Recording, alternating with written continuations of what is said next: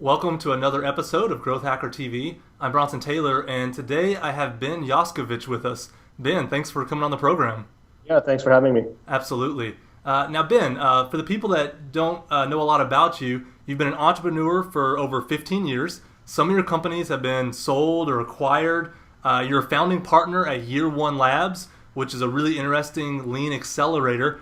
And most recently, as if that's not enough, you co-authored Lean Analytics with Alistair Croll. Now, we had Alistair on the program a few weeks back, and he talked to us about some aspects of the book. He talked to us about the one metric that matters. He spoke to us about some vanity metrics, about causality and correlation and the difference, those kind of things. So I wanted to kind of pick your brain about some of the things that he didn't cover that I know are also really important to kind of lean analytics. But to start out for our audience, tell us kind of at a high level, what is lean analytics?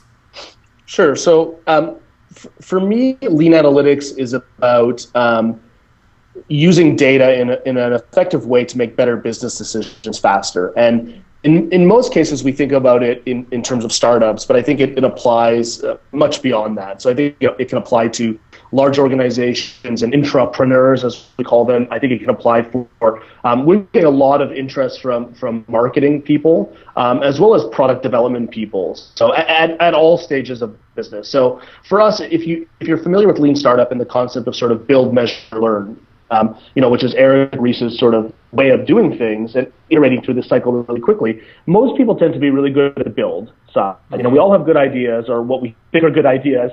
So, and we can find really easy and cheap ways to build things. It's really on the measuring and the learn part that we tend to fall down.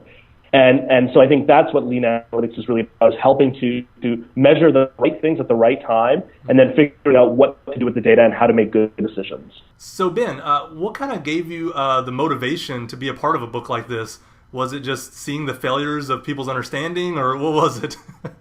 Well, I think we learned a lot. I'm always learning lots from my years as an entrepreneur, from my own experience, from other people's experience. Year One Labs was really the point where we had this lean accelerator, and we were trying to help these companies really in a hands-on way, up to 12 months, guide them through from idea generation to ideally to product market fit, to get out the door, raise follow-on capital, and be sort of on solid ground. And so a lot of the ideas came out of it from that. But really at the end of the day, it was Alistair who, has a working relationship with O'Reilly, and O'Reilly's the publisher. And, they were talking about writing something together around lean startup, around his experience. And he said, well, Ben, do you want to write this book with me? And I said, all right, sounds like fun to me. So, we had a lot of experience learning about lean and we could see the struggles that companies were having with the measuring progress part and really understanding of where they are, what stage they're at. But a lot of it for me, it was just, I think we had some good ideas and we did a lot of research. It's not just Alistair and I sort of coming up with stuff and we think this is important, let's put it on a piece of paper. A lot of it is research driven. And a lot of lean startup to date has been theoretical in nature. There are clearly practitioners of this stuff that really know what they're doing, but a lot of the stuff that's been published has been theoretical in nature. And we said, well, we wanted to get into the guts of it a little bit more and prove the efficacy of these processes in a way that would make sense for everybody.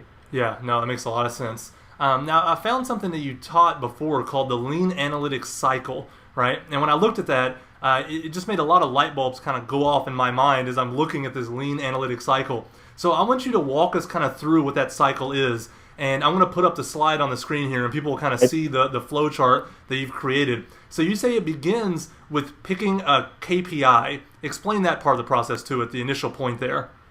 Sure. So the first thing you need to do really, and this is not necessarily the very first thing. I mean, if you have a product already and you've got some data and you're starting to collect some information, really picking the KPI is the key performance indicator. It's the number that you think you want to change that's going to drive some kind of solve some problem or drive some business value that you're trying to accomplish, right? So you're not picking this number at random. Hopefully you have a sense of what numbers matter to you.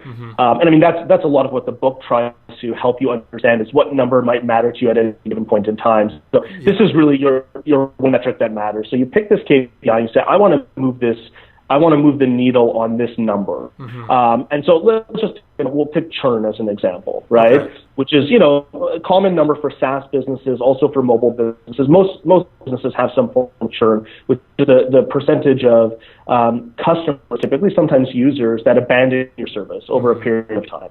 So that's number one, is I want to affect churn because I think if I can solve churn, it's going to help my business goals.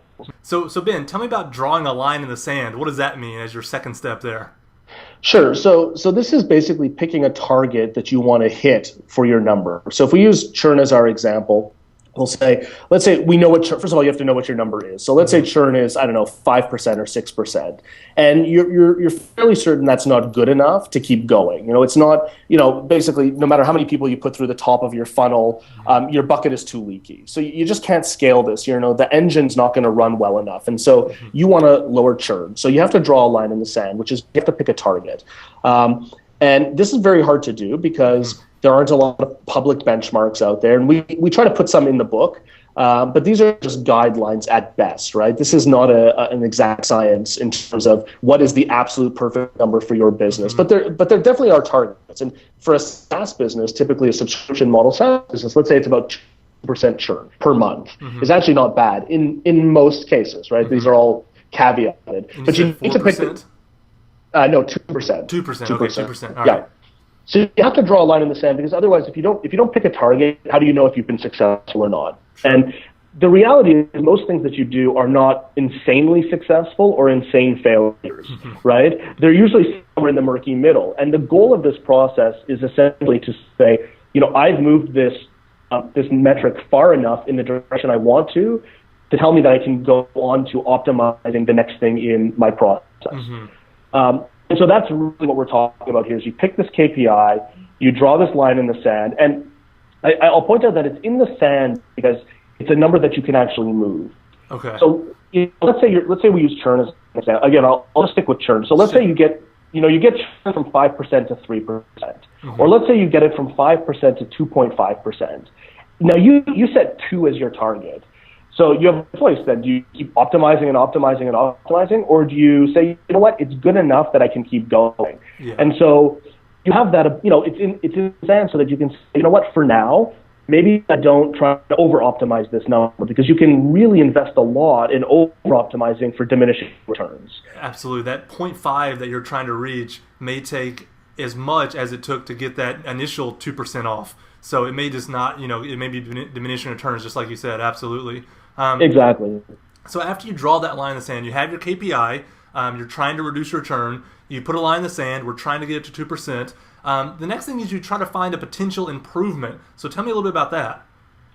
Sure. So now you're at the stage where you say, okay, I know what number I'm going after. I know what I want to get it to. Now it's about running experiments, right? So ideally, you could run multiple experiments at the same time, right? So, but really the point of this and the point of the one metric that matters is that everybody is aligned and focused on this thing for a period of time, not forever, but for a period of time. So now you're looking for improvements. So you're digging into other numbers and other things that might affect churn, for example, customer complaints.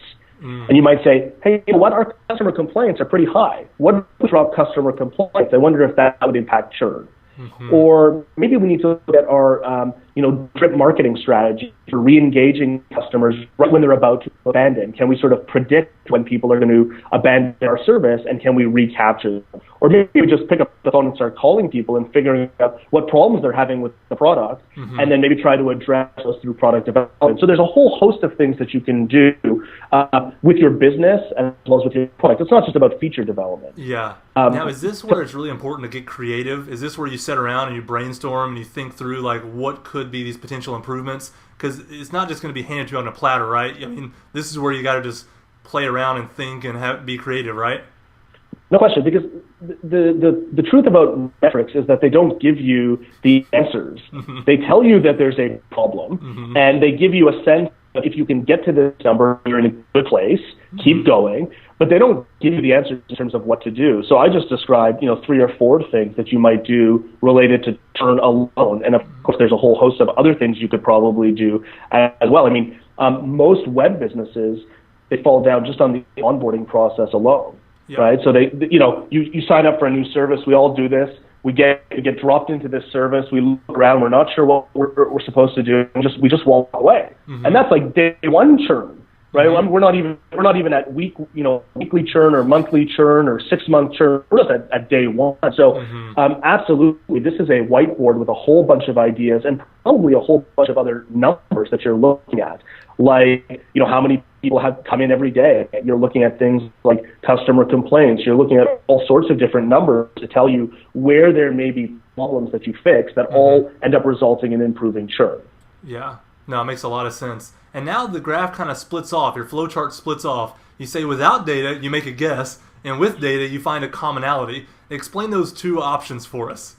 Sure. So if you don't have data about what's going on, so you know what churn looks like, or maybe you haven't really measured it effectively yet, you just know it's bad, and you don't have any other data. You're not tracking customer complaints. You're not tracking churn at different points in time. You're not tracking the use of certain features. Maybe those things are frustrating people and they're abandoning the service. So you don't really know. So you make a guess. And maybe you're making multiple guesses, so you're running multiple experiments. If you have data, then you're looking for commonality in the data, right? So this is a scenario where you're saying, okay, we've been measuring the usage of all features. Which features do people seem to use well or not well? Or we are tracking customer complaints. Or we have data, and we can look at the data and look for these threads of potential truths within the data. But ultimately, whether you have data or not, you have to do something.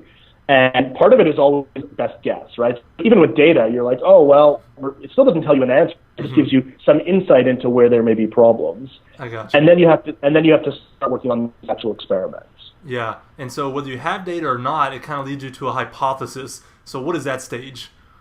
Sure. So the hypothesis basically says, and really this should be something you literally write down somewhere, right? It's not. Write it down so you can look at it and see if it's a good hypothesis, if it's a falsifiable hypothesis, which basically means it could be proven wrong, right? If your hypothesis can only be proven right, then it's not really going to give you a lot of information. But your hypothesis is basically, if we do X, the result will be Y, right? So if we lower customer complaints by 20%, churn should drop.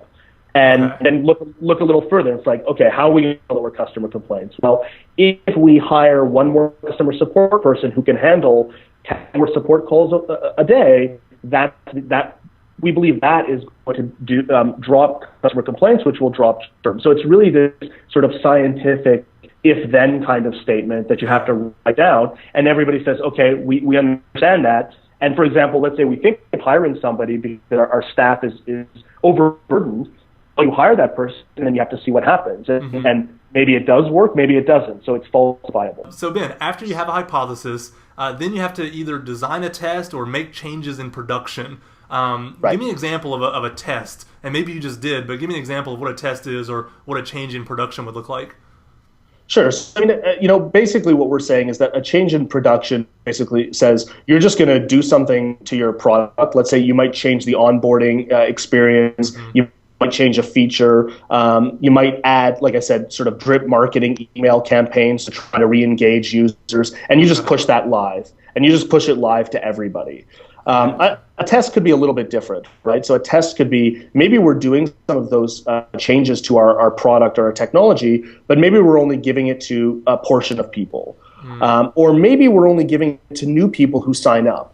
So we're doing some form of cohort analysis on new users because our product has now changed. And we say, let's say onboarding. We change onboarding to try to engage people a little bit more because we believe that, if we show them the value more quickly in our product, that's going to result in lower churn. But of course, you can't do that for old users. You can only do it for new users. So that's a little bit more like designing a test. And in some cases, those tests might be throwaway tests.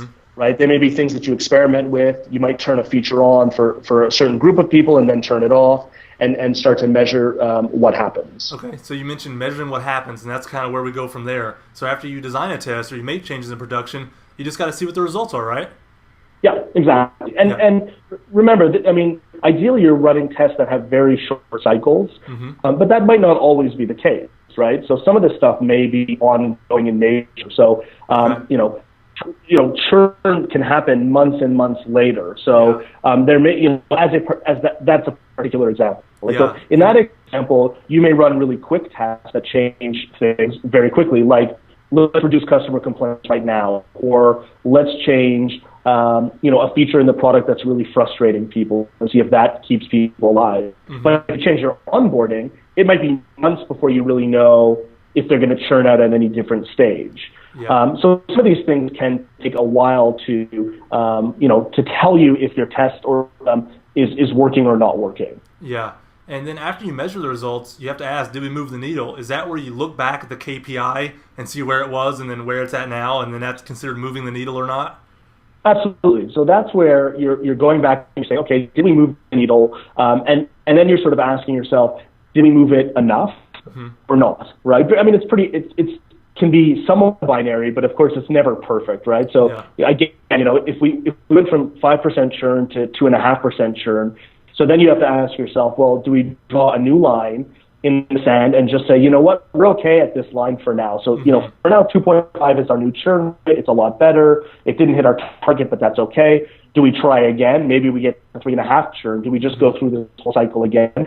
Or do we decide that, this is just not working and we have to change something more fundamental in our business, which is really sort of pivot or give up, which is a little bit gloom, maybe? When I was reading this part of the flow chart, I smiled a little bit. I'm like, pivot or give up. All right, well, that's one way to put it. Right, exactly. So, but it's really just to give that sense that, at some, you can go through this and go through this and go through this. By virtue of just doing this, you don't automatically guarantee success, right? It's similar to lean startup in general. Just by virtue of following the methodology, the framework, doesn't mean you automatically win. So there's a point in time where you say, you know what, I just can't figure this out. And maybe you pivot because you've learned something about your users and your customers that tells you something else that you can do or something you can adapt in your business or your product. Or maybe you just say, you know what, this isn't for me. I have to go do something else because I can't crack this nut. So it is a little bit doom and gloom. But if you go through this 10 times and you can't figure it out, I'm picking a number randomly, but if you keep going through this and through this and through this and you can't figure out how to get the numbers to get to where you need them to be, then you have to figure something else out. Because going through an 11th time or a 12th time or a 13th time is kind of the definition of insanity, right? Yeah. Doing the same thing over and over again, expecting a different result. Exactly. And so it's really there to say, most of the time it's probably going to be try again. Because you'll probably won't get to the level of optimization or improvement that you're aiming for going through this cycle once, but twice or 3 times. The hope is that you would, or you get those diminishing returns we talked about, and you say, you know what, that's my new line, let's move on. Yeah. No, I love this cycle because it gives some rules and some structure, not rigid rules or rigid structure, but just some loose rules and structure to something that could just be a lot of discussions and a lot of bullet points and random to-do lists, when instead it's like, okay, let's run it through the cycle and see what happens, and it just gives order to a little bit of chaos. And I think that companies that do this with a lot of their KPIs, they're really going to have measurable results when it's all over, which is so important.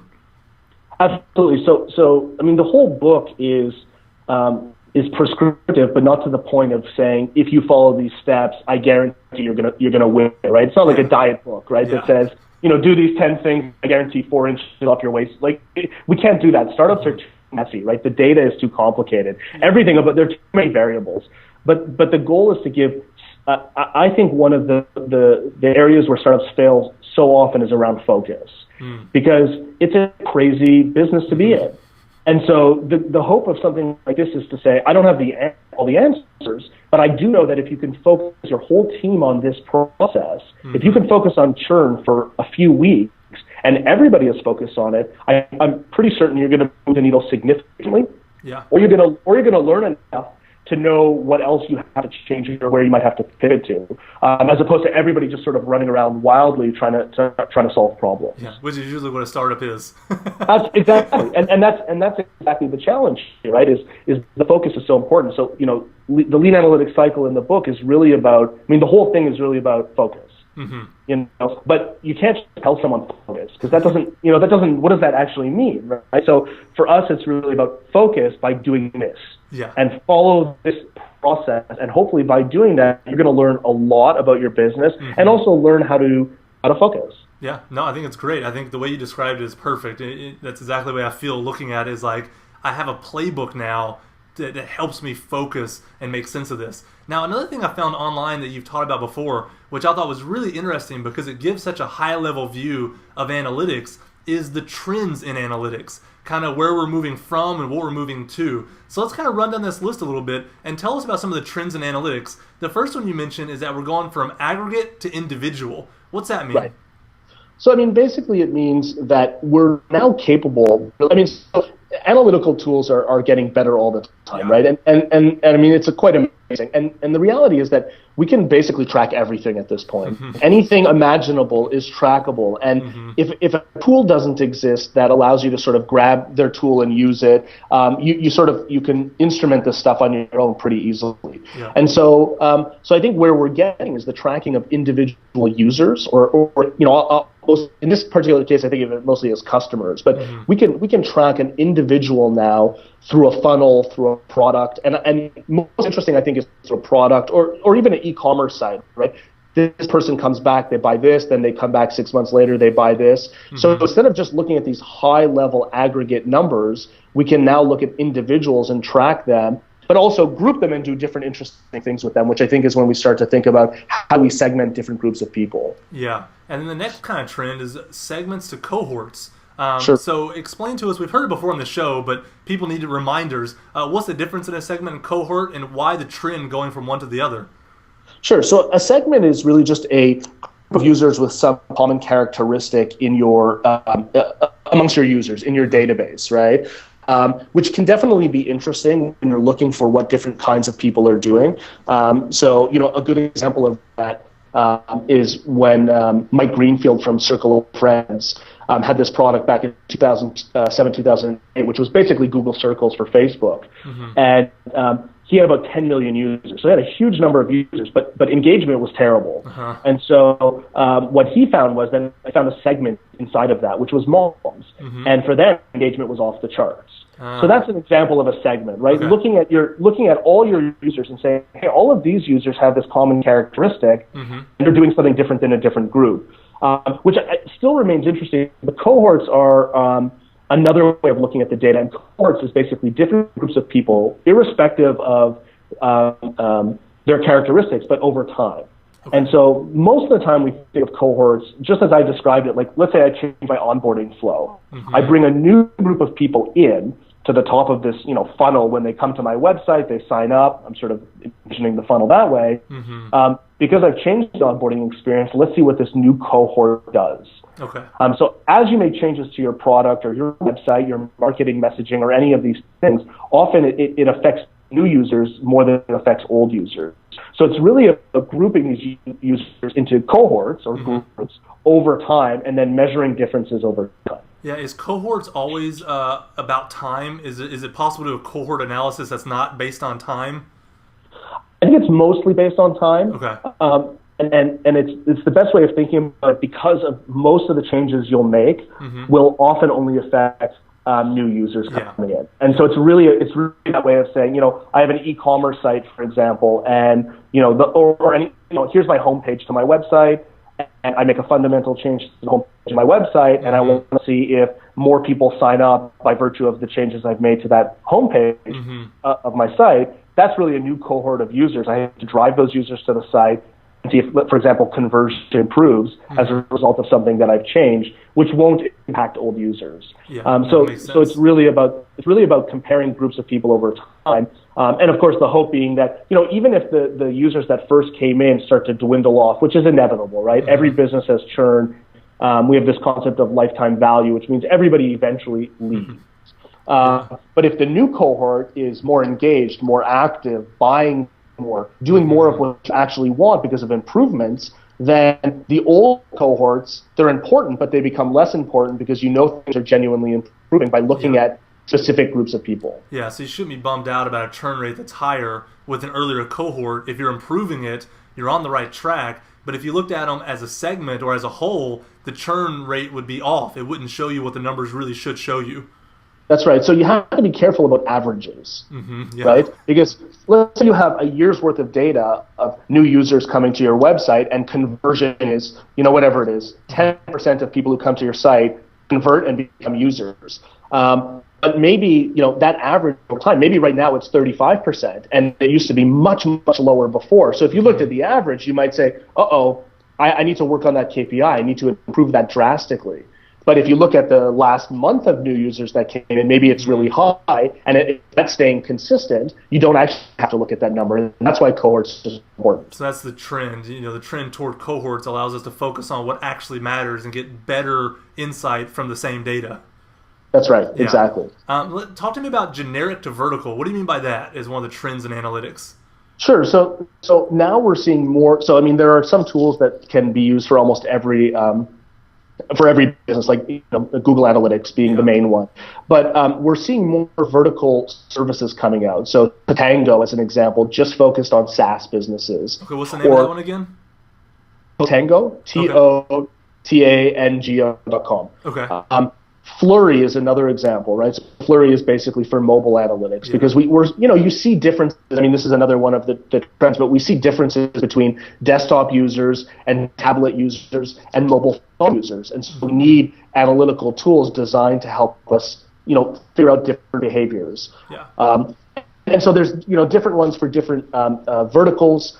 Parsley is one for publishers. And so you're starting to see these vertical tools emerge that are specialized for particular types of businesses. Yeah. Do you think they do better when they're specialized? Like to Tango, for instance, is it going to do better than you think a Mixpanel would? What's your thoughts on it? That's the trend it's going toward. Is it a good trend?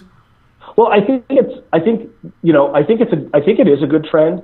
I think with analytics, it's always going to be a multi-tool kind of process, right? I don't know that there's one tool that rules them all here, unfortunately. So, if you're running a SaaS business, maybe you're using Tatango for specific things, but you're still using other tools, and you're trying to just sort of piece all of these parts of a puzzle together. So I think it is good because it adds that specialization that you often need, but it will, as a result of that, it may ignore some other things that you're also interested in. Yeah, no, that makes sense. Now, you also say we're moving from silos to aggregation. Talk to me about that. I don't know what you mean by that one. Sure. So, we're seeing tools. So as we're seeing more tools come out, we're also seeing things that help us aggregate all of these things together. And that's really what we're talking about. And also, also the idea that, we have tools to do specific things like, the marketing guys are looking at specific things and the ops guys are looking at performance. Let's just use that as an example. Marketing guys are looking at things like conversion and traffic, and ops guys are looking at things like performance. And then we realize, we improve performance. That has a huge effect on conversion, right? So now we have to bring those things together. And so, I see a trend towards looking at analytics more holistically, but also tools that help us say, did you know performance affects traffic and conversion? So marketing, maybe they don't care about, they'll care about performance, they won't know how to track it. That's really a DevOps thing. Yeah. But these guys have to talk together and work together to figure it out. No, that's great. You also say we're moving from daily to real time. This one's probably self-explanatory, but go ahead and give us the quick anecdote there. Well, as we're able to track more stuff, more and more people are looking at real time. And I think, Alistair actually has a good way of saying it. He says, don't look at real time, look at right time. And okay, what does he mean by that? Well, basically that, just because we can track things in real time, second by second, doesn't mean we should, right? Yeah. It might be interesting to watch the graphs moving and all of these things changing. It's fun, right? But it still comes down to, this is a core principle sort of analytics, which is, it's not changing your behavior. If you're tracking something that's not fundamentally helping you change a behavior, then it's not worth tracking. Yeah. Right? So it might be interesting. It might be fun to look at. When you launch a new website, of course, you're going to pay attention. But short of the website crashing, the real-time data is kind of meaningless, right? So there are points for real-time, and then really it's about right time. It's for your particular business. What's sort of the appropriate time interval for the specific metrics that matter to you? Maybe it is real time, but it probably isn't. Yeah. Now, you also say we're moving from reports to exceptions. What does that mean? So it means that, so we can report everything and we can look at reports, but I think what's most interesting about reports that we see are exceptions. Okay. So, a good exception might be a spike in traffic, right? So I'm looking at a month of data on my blog, for example, simple example, and then I see on one particular day a huge spike. And that's kind of an exception to the rule. It's like, why did traffic 10x on that day? And now I can dig into that data and figure it out. It might be because some famous guy did a tweet, or it might be because I wrote a guest blog post somewhere, or I did an interview, or who knows what, right? So it's really about looking at those anomalies. Now, there's always a risk of looking at those, because it might be, why did we have no traffic that day? Well, it's because our servers were down, right? So you always have to understand what was going on, but it's interesting to look at the exceptions as opposed to just rules all the time. Yeah, because they might give you some action items of, hey, it's kind of like giving an indicator, hey, there's something going on here. That's Dig right. in deeper, you may learn something to recreate this. It might be a one-time thing, it may not be a one-time thing, but this is telling you where to look at least to figure it out. Exactly. Yep. Yeah. Now, you also say we're moving from pages to events. I think a lot of people watching this probably understand this one as well, but go ahead and give us the quick take on it there. Right. So, I mean, in a media business, we still care about pages, we still care about inventory and those sorts of things, but events are really about actions we want people to take. And so that's really what we're talking about, is a trend towards, yes, it's interesting that the guy's on this page, but really what I want to do is click this button. Yeah. And so tracking that as opposed to just tracking, I viewed a page, is really where things are going. Yeah. Now, the next one I want to hear what you have to say about, because you say we're moving from funnels to influences, and in my mind, funnels are king. I mean, they're so important. How could there possibly be a trend away from that at all? So what do you mean by funnels to influences? I think it's really just about the fact that funnels are getting more complicated. And which is sort of, in some respects, is unfortunate, although it's an opportunity to expand your reach to improve the funnel. So funnels don't go away. It's really just about the fact that, we get influenced by more things in the social web, right? So somebody comes through, let's say, through Twitter, but really they're actually coming through Facebook, where they saw something that was tweeted into Facebook, and they go from, so it's really about the fact that we might see something 3-4 different times before we engage. And if we look at our funnel, we might say, it's all Twitter. It's all Twitter for social traffic. But that might not really be true. There might be a lot of other things going on there that are the influences of people who were then driven through Twitter. So that's really, it's really just the sort of unfortunate, to a certain degree, complexities of the social web playing a role now. Yeah, so part of analytics is understanding you don't have all the analytics. Right. Oh, absolutely. So as much as we can track everything, we haven't tracked everything. We're not tracking everything. We don't understand everything. So we're still making educated guesses from data, but also from what we see happening in the real world. Like, you can't just stare at a screen of numbers and get all the answers. You have to engage in what's actually happening with your product, with your marketing, with your customers to really figure these things out. And you say we're also moving from desktop to mobile, and we all know that. I mean, we're all using our phones more than we used to. Sure. What does that mean for analytics? Tell me what that actually means from kind of a lean analytics point of view. Yeah, I mean, I think it just complicates things, right? So sort of that's what it all means. It's all getting complicated. it's all getting complicated. It's sort of unfortunate reality is, and one of the guys we interviewed for the book, he actually said, you can't look at mobile you have to separate tablets and phones. Because behavior is actually different on a tablet than it is on a phone. Absolutely. So it's not just desktop and mobile. It's desktop, tablet, phone, and 10 years from now, 20 years from now, who knows what else it will be. So people's behaviors are different, their intents are different, the way they interact with your products are different. So all of that has to be reflected in the things that you're tracking, as well as the things that you want to focus on at a given point in time. Yeah, and then this last trend I think is one of the more exciting ones, going from accounting to predictive. Tell me about that a little bit. Yeah, so, I mean, accounting is very simply just reporting all the things, right? Like, just track all the numbers, report on them, spit them out, let's look at the reports and figure out what we're going to do with them. I think predictive analytics is about trying to, as it says, predict what's going to happen in the future. How can we predict behavior more effectively? And so, Alistair talked about correlation and causation. There's some elements of that. I think churn, I'm glad I sort of started talking about churn, because a lot of companies now, they focus on how to predict churn out of their product or service. Gotcha. And if you can predict it, you can get involved and hopefully save the day. Yeah. So I think that's really where analytics is moving, as opposed to just reporting the facts, if you will, and then trying to figure out what those things mean. It's really about, well, what's my goal? It's I need to know what's going to happen and how I can affect that behavior down the road. Yeah, it's hard to take action on accounting. It's easy to take action on a predictive kind of thing, like, hey, this is what's going to happen if you don't change course here. Now I have something to do. So it just helps us lead a startup.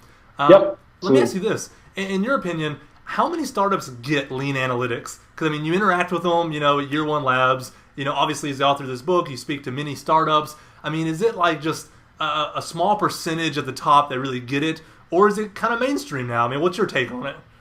Well, I think lean startup is pretty mainstream, but I think it's one of those things that people pay a lot of lip service to, right? So it's like, I don't know how many times companies come to me and they're like, I'm a lean startup. And I'm like, okay, I don't know what you want me to say about that. Like, that's not a guarantee of success, or that's wonderful, Show me what you're actually, show me what you're actually doing here that you think is going to make a difference. Show me how you focus on something. Exactly. So I think everybody understands they need to track stuff. Right, that's not a big surprise. Everybody knows they need to track things. I think that where most startups fail, not the whole startup, but where they fail in terms of analytics, is tracking the right thing at the right time. Yeah. So we're prone to vanity metrics. We're prone to tracking everything and just trying to look at all the numbers and trying to interpret all this data. We're prone to a lot of mistakes around this stuff, and I think sort of. Similar to lean startup, really, it's like, it doesn't work. It's like I'm tracking everything, and it's not helping me, so I'm just going to not track stuff anymore. We sort of have that response to it if it doesn't give us an immediate value, but it only gives us value if we're able to focus on the right things at the right time. And so you have to invest in figuring that out before you can really get the value. Yeah. Now, let me give you a chance to plug your book for a second here. If somebody really gets your book, digs into it, takes it to heart, implements it, it just, to me, looking at how much is in the book and the kinds of things you guys cover, it looks like they would have a massive competitive advantage if they were actually not just giving lip service to it, but implementing it. Do you agree? I mean, do you think it could have that effect if they really put it into play? Hope so, because that would be fantastic. We've already heard from people that it's genuinely helping them, and I mean that's a big reason to do something like this, right? Alistair and I are always trying to help startups as much as we can. Do a lot of mentoring and whatever it is, right? Yeah. And blog writing and so forth. So if it really does help like that, fantastic. I do think there is a competitive advantage in tracking the right stuff at the right time, implementing these processes. I do believe there's a competitive advantage in all of lean startup, because the goal of that is to get to the insights faster, right? And if you can do that, that's your advantage. So what people see from the outside looking in, and this always happens. We look at a competitor and we just assume they know what they're doing, right? Particularly bigger ones, right? We look at a bigger, and we're like, oh well, clearly they know what they're doing, so we're just going to copy them. But you actually have the insights and you're able to adapt your business. That's really the competitive advantage, and it won't be obvious to anybody else because they didn't do the homework. And that's so yeah, I do think if you could follow this kind of process rigorously, adapt it for your specific needs and learn from it and focus on that learning component as quickly as you possibly can, that is going to be your competitive advantage. Yeah. Now, putting yourself in the shoes of a startup listening to this, right? And let's say they're new to lean analytics. They've heard us talk about the analytics cycle. They've heard us talk about the trends. It's a lot to take in. I mean, it's like, okay, there's a lot at play here. Where do they begin? They haven't really, dived into this world previous to this. What's day one look like when you're trying to get your head around lean analytics and implement it? Sure. So I think day one for me is you need systems in place that track the data, number one, right? So we would never say only track one thing, even though we push this concept of the one metric that matters, focusing. But I think you need to just have systems in place very early for tracking, because you'll never know when you're going to be able to go back to that data and get value out of it. So that's one thing. But I think also you have to learn very quickly what makes a good number. So actually, it's funny because, or not funny, but we talk to a lot of people about, what is a good metric to begin with? What are the characteristics of a good metric? So things like, it's not an absolute number, number of users. So this is, again, sort of the vanity metrics, but even number of users per week is not a great metric. Percent user growth is a much more interesting metric. Okay. So just understanding the fundamentals of analytics, what makes a good number versus a bad number to track, is a good place to start. And then looking at these analytics and basically just saying, what number am I tracking that will change how I behave? Yeah. So that's, just those basic fundamentals is where I would start. And then I would look at, so in the book we try to cover this, but I think it's going to vary for a lot of people. We sort of cover these business models, and we have these like, here's what analytic you should track based on the stage that you're at. Which is super helpful, by the way. Right. So I think you can use that concept as a starting point. So I understand what a good number is. I understand it's supposed to change how I behave. Mm-hmm. I'm tracking a whole bunch of stuff. Now I just want to map out a basic flow through my product, through my experience, through my user acquisition. Mm-hmm. I'm using lean analytics, but with it as I see fit for my business and my business model, and then just starting to map that metric after metric after metric. Yeah. No, that's great advice, and I love what you said about knowing what is a good number. It's so fundamental and so important. Now, let me ask you also about GoInstant. You're currently the VP of product there, is that correct? Yes. Yeah. So tell us real quick, what is GoInstant, first of all? Sure. So GoInstant builds. So first of all, I should say GoInstant was acquired last year by Salesforce. Yeah, big win for you guys. Congrats. Yeah, thank you. GoInstant builds what we call co-browsing technology. So we're very much a technology company, and co-browsing technology is to allow two or more people, but typically in scenarios 2 people, to browse the web together without any downloads or plugins like you would typically have with a screen sharing application. So for us, most of our use cases are around things like complex online transactions. Gotcha. High dollar sales, kind of things like that. Right. High value, high touch transactions is really where, typically an agent or a salesperson would want to basically walk you through the experience as if you were sitting right next to them, but without asking you to, download Flash or install anything, just very, very quickly, fully integrated into their, whatever their web application or web experience might look like. Yeah, that's great. Now, as the VP of product, let me ask you this. How important is a VP of product to a company's growth? I know I have my own opinions. I want to hear what you have to say. Well, so I think somebody needs to own the product. Yeah. In a very, very small startup, that in my mind is the CEO. Sure. Maybe the CTO. Maybe you don't even have labels, so maybe it's the founders, right? So let's throw the C and the C's and the V's out. Yeah, when you have 5 people, it doesn't really matter what title you give yourself.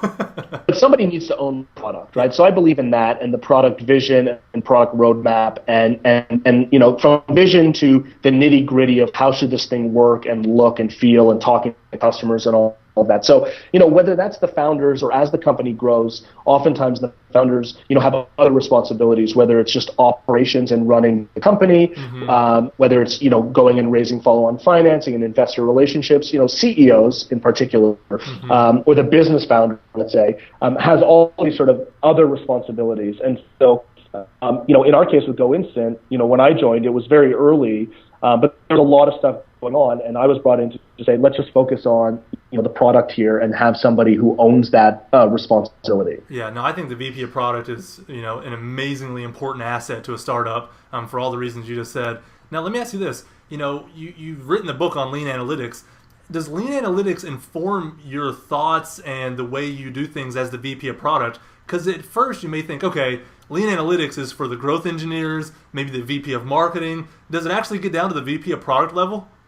Sure, absolutely. So I think there's a whole category of discussion around analytics and product management, right? And product development. And we cover some of this actually in the book in terms of, how to decide what feature to build and so forth. So absolutely. So a lot of what I did very early on was implement our own analytics system for tracking user behavior when inside of a GoInstant session. What were they doing? Some performance data, some error data, all of that sort of, is the product doing what it's supposed to be and working well? And then we also use analytics for feature development. So when we release a feature, we track its usage, and that informs us as to a lot of things.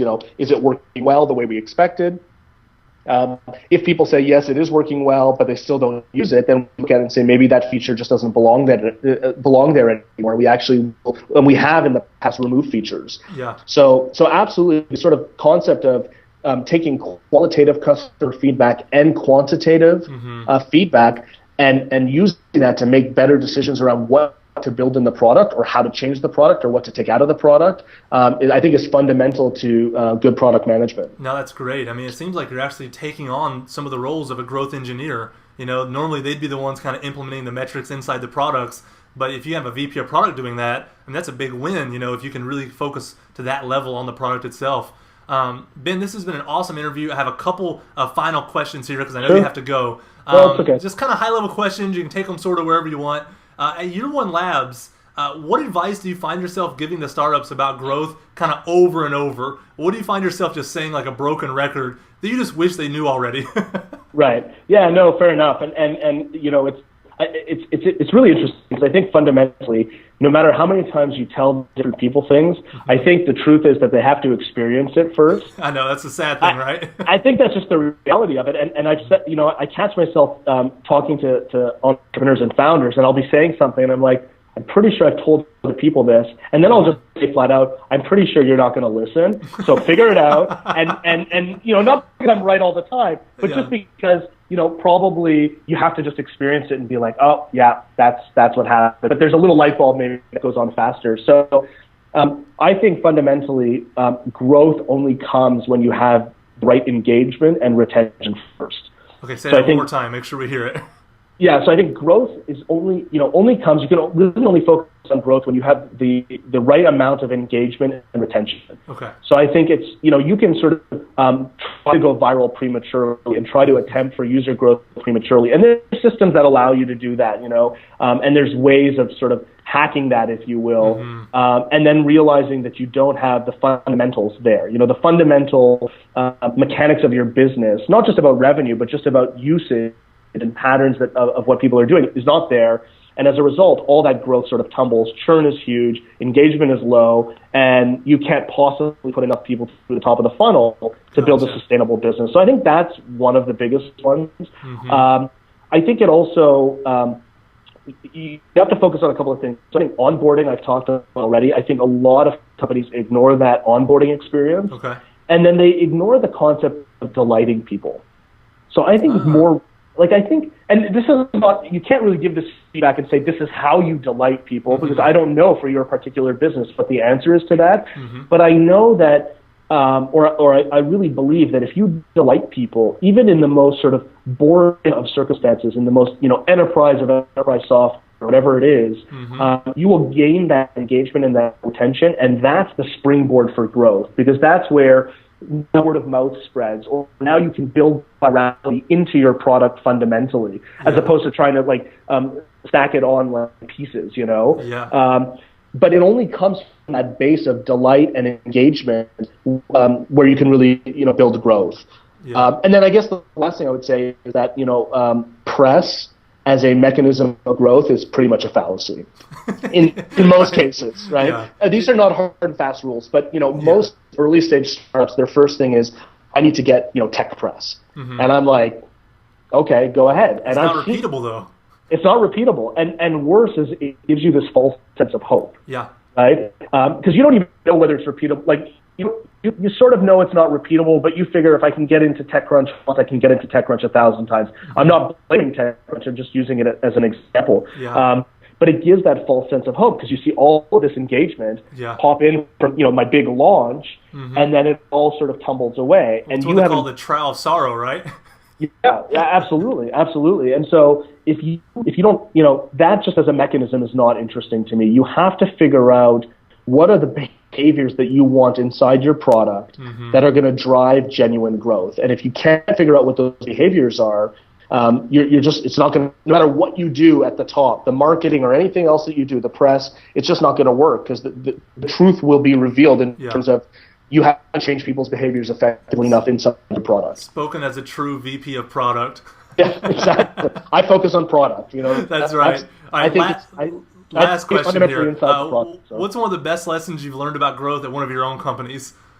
Sure. So I mentioned it already before, but I think copying other people is not bad in and of itself, right? So lots of people do. We do it in products all the time. right? We look at the way somebody has inviting a friend to, system, let's say, Sure. and we say, well, that's, if Facebook does it that way, I'm going to do it that way because Facebook knows what they're doing, right? So that's true, but it can only get you so far. Yeah. And so I think from a growth perspective, you can't just assume what works for somebody else will work for your business or your product. And you also can't entirely assume that they know what they're doing. Yeah.